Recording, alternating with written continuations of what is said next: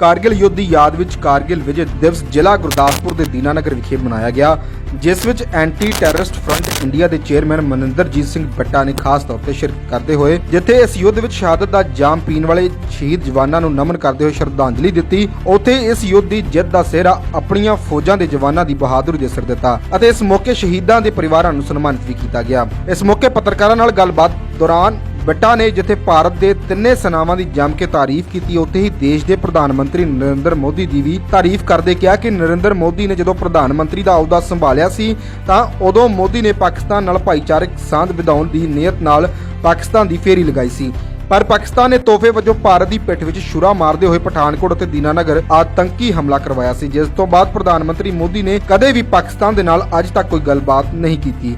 ਸਾਨੂੰ ਮਾਣ ਹੈ ਆਪਣੀਆਂ ਭਾਰਤੀਆਂ ਫੌਜਾਂ ਤੇ ਜਿਨ੍ਹਾਂ ਨੇ ਭਾਰਤ ਦੀਆਂ ਸਰਹੱਦਾਂ ਨੂੰ ਬਖੂਬੀ ਨਾਲ ਸੰਭਾਲਿਆ ਹੋਇਆ ਹੈ।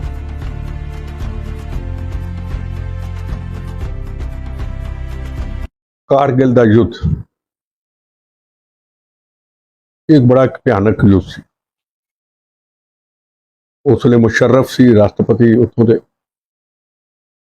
ਸਾਡੀ ਪਿੱਠ ਤੇ ਛੁਰਾ ਖੋ ਪਿਆ ਸੀ। ਸਾਡੇ ਬਹਾਦਰ ਜਵਾਨਾਂ ਨੇ ਜਨਰਲ ਕਰਨਲ ਸਾਹਿਬ ਸਾਹਮਣੇ ਬੈਠੇ ਨੇ, ਬੜੀ ਬਹਾਦਰੀ ਦੇ ਨਾਲ ਉਹਦਾ ਮੁਕਾਬਲਾ ਕੀਤਾ। ਕੋਈ ਐਸਾ ਹਿੰਦੁਸਤਾਨ ਦਾ ਇਹੋ ਜਿਹਾ ਸਥਾਨ ਨਹੀਂ ਸੀ ਜਿੱਥੇ ਹਿੰਦੂ ਮੁਸਲਿਮ ਸਿੱਖ ਈਸਾਈਆਂ ਦੇ ਖੂਨ ਦੇ ਬਣੇ ਤਿਰੰਗੇ ਦੇ ਵਿੱਚ ਉਹਨਾਂ ਦੀ ਬਾਡੀ ਨਾ ਆਈ ਹੋਵੇ। ਪਰ ਉਸ ਤੋਂ ਬਾਅਦ ਸਾਡੀਆਂ ਕਈ ਸਰਕਾਰਾਂ ਦੀਆਂ ਕਮਜ਼ੋਰੀਆਂ ਦੇ ਨਾਲ पूरे हिंदुस्तान में, कश्मीर में, दिल्ली में 26/11 की घटना, जगह जगह पे टेररिज्म आया। और जिस स्थान पे बैठा हूं, दीनानगर और पठानकोट की घटना, जब नरेंद्र मोदी जी पाकिस्तान में गए थे एक शांति का संदेश लेके, जो हमको ये पता नहीं था कि वो जा भी सकते हैं अपनी जान को जोखिम में डाल करके, उस पाकिस्तान में जहां से टेररिज्म पलता पुलता है, और उन्होंने कहा हम अमन शांति चाहते हैं। और मुझे ये पता था कि वो गए हैं, ये हमारी पीठ पे छुरा मारेगा पाकिस्तान, हमने बोला भी था उसको। पर चलो, हिंदुस्तान के प्रधानमंत्री जी का एक कर्तव्य बनता था कि उधर हो या इधर हो, अमन शांति होनी चाहिए। हमारी पीठ पे छुरा मारा। कुछ महीनों के बाद दीनानगर और पठानकोट की घटना, दीनानगर और पठानकोट की घटना ने 370 धारा हटाई, पुलवामा की घटना ने 370 धारा हटाई। हमारे जवानों पे रोज शहादतें होती थी, रोज गोलियां चलती थी, तिरंगे झंडे का अपमान होता था, पत्थर फेंके जाते थे। आज आतंकवाद से इस भारत को मुक्त किया गया है। सिर्फ दीनानगर और पठानकोट की घटना के बाद कभी नरेंद्र मोदी जी पाकिस्तान के प्रधानमंत्री राष्ट्रपति को मिले नहीं। एक गोली चलती है, हमारा जवान 100 गोली चलाने के लिए तैयार खड़ा है। अब दिल्ली से नहीं पूछना पड़ता, आज का ये भारत है। किस तरह का सवाल पूछ रहे थे?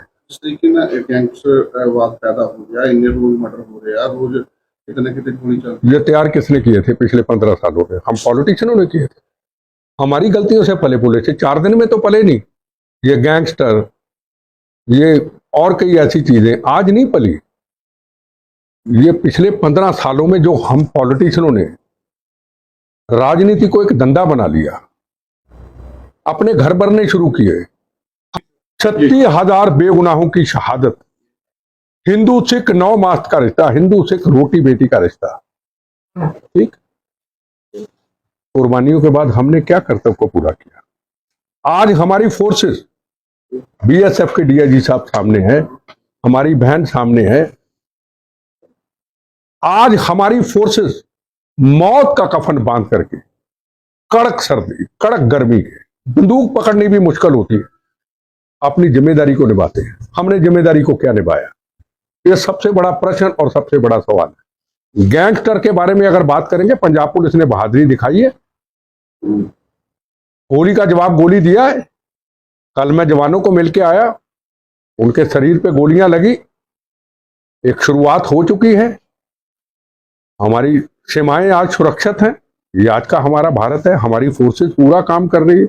और समस्या सबसे बड़ी ये है कि विदेशों के अंदर जो बैठे हैं, आज आपने पढ़ा होगा कनाडा के अंदर फायरिंग हुई, गैंगस्टर, टेररिस्ट, खालिस्तानी सब इकट्ठे मिल चुके हैं। हम पंजाब की सारी पॉलिटिकल पार्टियों को जो टेररिज्म को समाप्त करने के लिए Congress, BJP, CPM, CPI, all political party जब पंजाब में अमन शांति लाने के लिए एक हुई थी, हमें अमन शांति चाहिए, हमें वोट नहीं चाहिए, हमें सत्ता नहीं चाहिए, हमें आज सबको एक होना होगा। ਬੰਦੀ ਸਿੰਘਾਂ ਦੀ ਰਿਹਾਈ ਦੀ ਮੰਗ ਉੱਠ ਰਹੀ ਹੈ ਜੀ। ਤੁਸੀਂ ਕਿਹਾ ਕਿ ਬੰਦੀ ਸਿੰਘ ਨਹੀਂ ਮੌਤ ਦੇ ਸਦਾਗਰ ਲਿਖਣਾ ਚਾਹੀਦਾ, ਕੀ ਕਹਿਣਾ ਚਾਹੁੰਦੇ? मैं ਤੁਹਾਨੂੰ पूछना चाहूंगा, जिन्होंने बेगुनाहों का कत्लेआम किया, जिन्होंने हमारे जवान शहीद किए, जिन्होंने जवान अपनी ड्यूटी निभाने वाले के परिवारों के परिवार खत्म कर दिए, ट्रेनों से निकाल करके सिख समाज के लोगों को छोड़ के हिंदू भाइयों को गोलियों का निशाना बना दिया ट्रेनों के अंदर। क्या किसी के हाथ में तरछूल था? क्या किसी के हाथ में बंदूक थी? क्या किसी के हाथ में कृपान थी? क्या किसी को मारने के लिए निकला था?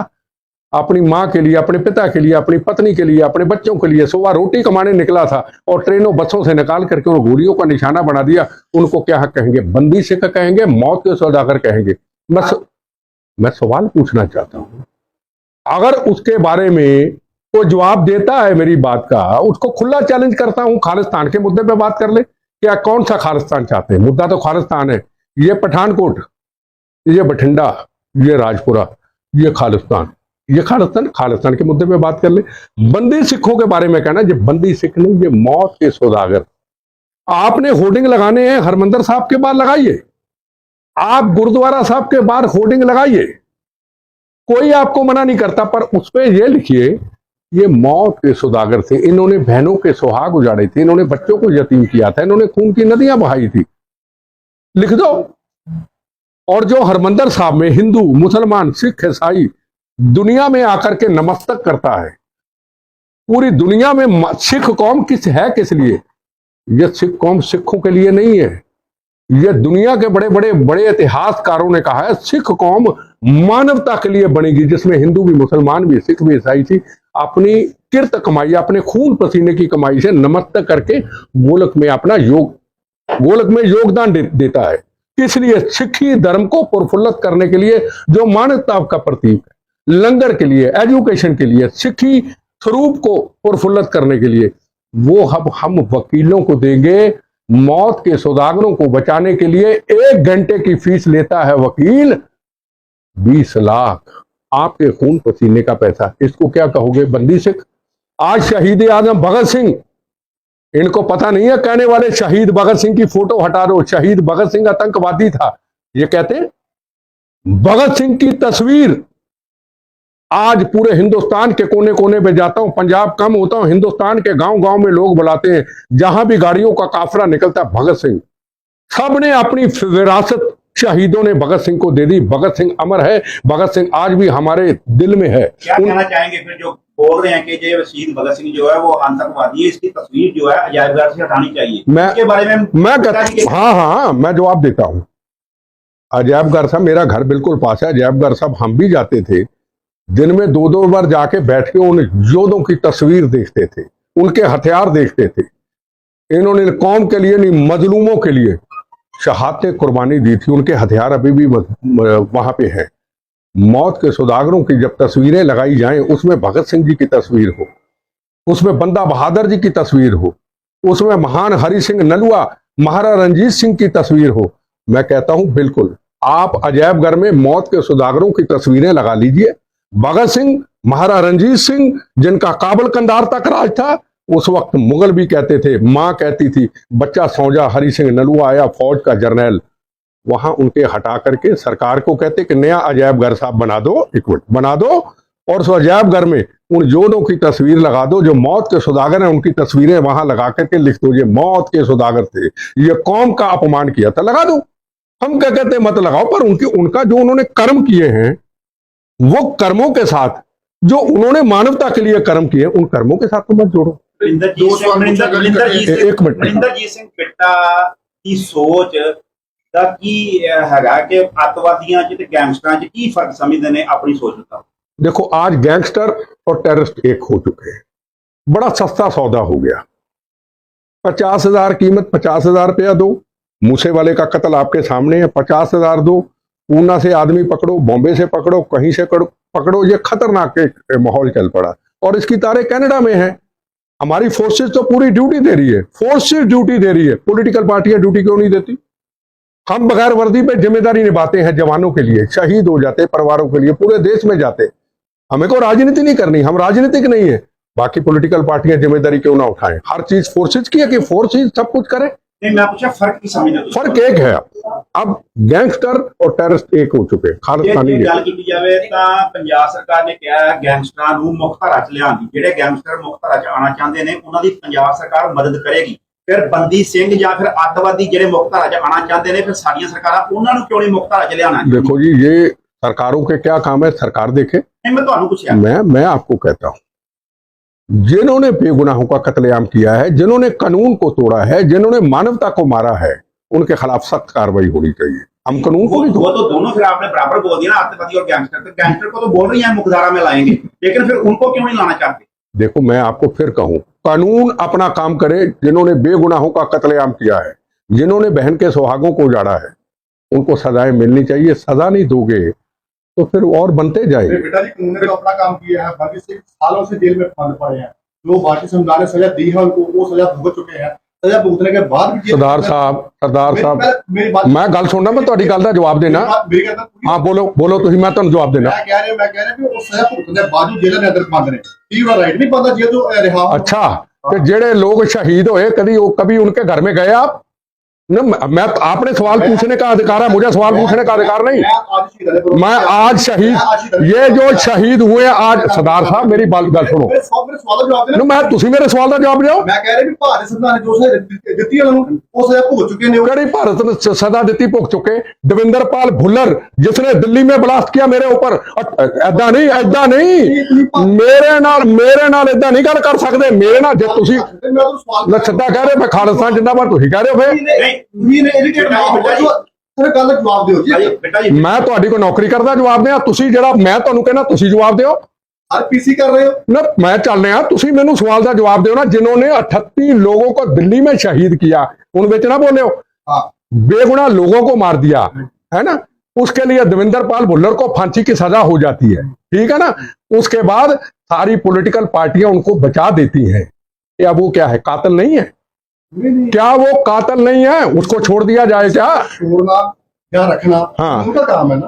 कानून ने तो अपना काम किया ना। कौन सा कानून का काम किया? नहीं, अब जो भारतीय संविधान है, भारतीय कानून, उसको नहीं मानते आप? क्या आप क्या कहना चाहते मैं कह हैं? रहा हूँ, उन्होंने आप- गुनाह किया, ठीक है, गुनाह किया उन्होंने, निर्दोष लोगों को मारा, उन्होंने मारा। भारतीय संविधान ने सजा दी उनको। किनो कोई उनकी, देखो बात सुनो, उसको आप बंदी सिख कहोगे या मौत के सौदागर कहोगे? मैं आपको सवाल पूछना चाहता हूं। अरे मैं आपको सवाल पूछ, मैं वो बात नहीं कर रहा हूँ, मैं बात कर रहा हूँ उनका अरे right। आप वो बात नहीं कर रहे, मैं आप मौत के सौदागर कहोगे या नहीं कहोगे? जिन्होंने बहनों के सुहागों को उजाड़ा, बच्चों को यतीम किया, ट्रेनों से निकाल करके बेगुनाह लोगों का मौत के सौदागर कहोगे या बंदी सिख कहोगे? आप एक पत्रकार हो, जवाब दो। मौत के सौदागर थे, जब सजा भुगत दिया उन्होंने, अपनी की सजा भुगत नहीं, दिया, फिर भी आप वही फिर आप दोबारा सवाल पूछो, क्या उन मौत के सौदागरों को सजा होनी चाहिए या छोड़ना चाहिए? पूछो, मैं जवाब देता हूं। सजा तो ऑलरेडी भुगत चुके हैं वो। कौन सजा? वो तो सजा के बाद जेल में बंद है ना। मतलब तो ये इस बात क्या है? उसको जबरदस्ती बंद करके रखा है। हाँ तो है ऐसा ही है ना, ऐसा ही है। इसी की बात कर रहा आप हूँ। किसी शहीद परिवार के घर गए हैं जिनको शहीद किया? आप कभी गए हैं? शहीदों के प्रोग्राम पे आया हूँ। अरे आप प्रोग्राम पे आए तो सवाल पूछ रहे, कारगिल का सवाल पूछो ना। अरे कारगिल के शहीदों का सवाल पूछो ना। दीनानगर में जो शहीद हुए उनका सवाल पूछो ना। ये बंदी सिख कहां से आ गए? बेटा जी, एक मिनट, ना पाजी, ना ना ना ना ना ना ना ना ना, एक मिनट ठहर यार, ना सवाल का जवाब दूंगा, ठोक के दूंगा इनको। ना ना नहीं, जवाब तो नहीं, तुसी कारगिल ते सवाल पूछे? BSF ਦੇ ਆਫੀਸਰ ਆਏ, ਸਾਰੀ ਫੋਰਸਿਸ ਆਈ, ਤੁਸੀਂ ਕੋ ਉਹਨਾਂ ਨੂੰ ਸ਼ਰਧਾਂਜਲੀ ਦਾ ਸਵਾਲ ਪੁੱਛੇ? ਇਹਨਾਂ ਨੇ ਸਭ ਤੋਂ ਪਹਿਲਾਂ ਇਹਨਾਂ ਨੇ ਆ ਕੇ आप आके चढ़ गए बंदी सिख। ज्यादा हमदर्दी है मौत के सौदागरों की? माँ का सुनो मेरी गल, और मेरी सुनो ना। बेगुनाहों के कातिलों के खिलाफ, मौत के सौदागरों के खिलाफ लड़ता हूं, लड़ता रहूंगा। बम गोलियां 10 चले, 20 चले खाए हैं, आखिरी सांस तक लड़ूंगा। ये मौत के सौदागर थे हैं, और लड़ूंगा। और पूछ लो सवाल, ਹੁਣ ਸਾਈਡ ਤੇ ਹੋ ਜਾਓ ਤੁਸੀਂ। ਇੱਕ ਮਿੰਟ ਠਹਿਰ ਜਾ ਯਾਰ। ਤੁਸੀਂ ਹੁਣ ਸਿੱਖ ਧਰਮ ਦੀ ਬੜੀ ਤਾਰੀਫ ਕੀਤੀ, ਆਪਾਂ ਵੀ ਉਸ ਗੱਲ ਨੂੰ ਸਮਝਦੇ ਹਾਂ ਕਿ ਸਿੱਖ ਕੌਮ ਬਣਾਈ ਕਦ ਸੀ।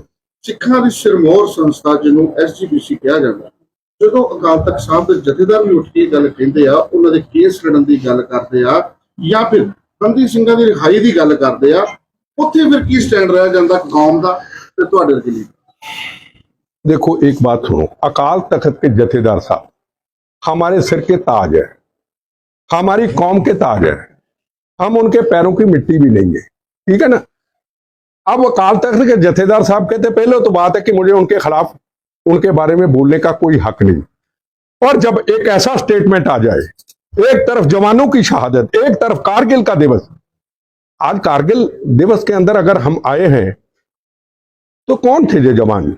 इन्होंने शहीद आजम भगत सिंह, राजगुरु सुखदेव, चंद्रशेखर आजाद जो मौत का कफन बांध करके इस भारत माता को आजाद कराया था, जवानों ने उनकी आजादी के लिए, रक्षा के लिए, सीमाओं की रक्षा के लिए कुर्बानी दी ना। आज वो कहते हैं नौजवानों हथियार ले लो। एक सवाल पूछना चाहता हूं उनसे, खतरा किससे है? हिंदू सिख एक 9 मास का रिश्ता है, हिंदू सिख एक रोटी बेटी का रिश्ता है। हिंदू समाज से खतरा है, नरेंद्र मोदी जी से खतरा है, कांग्रेस से खतरा है, आम पार्टी से खतरा है।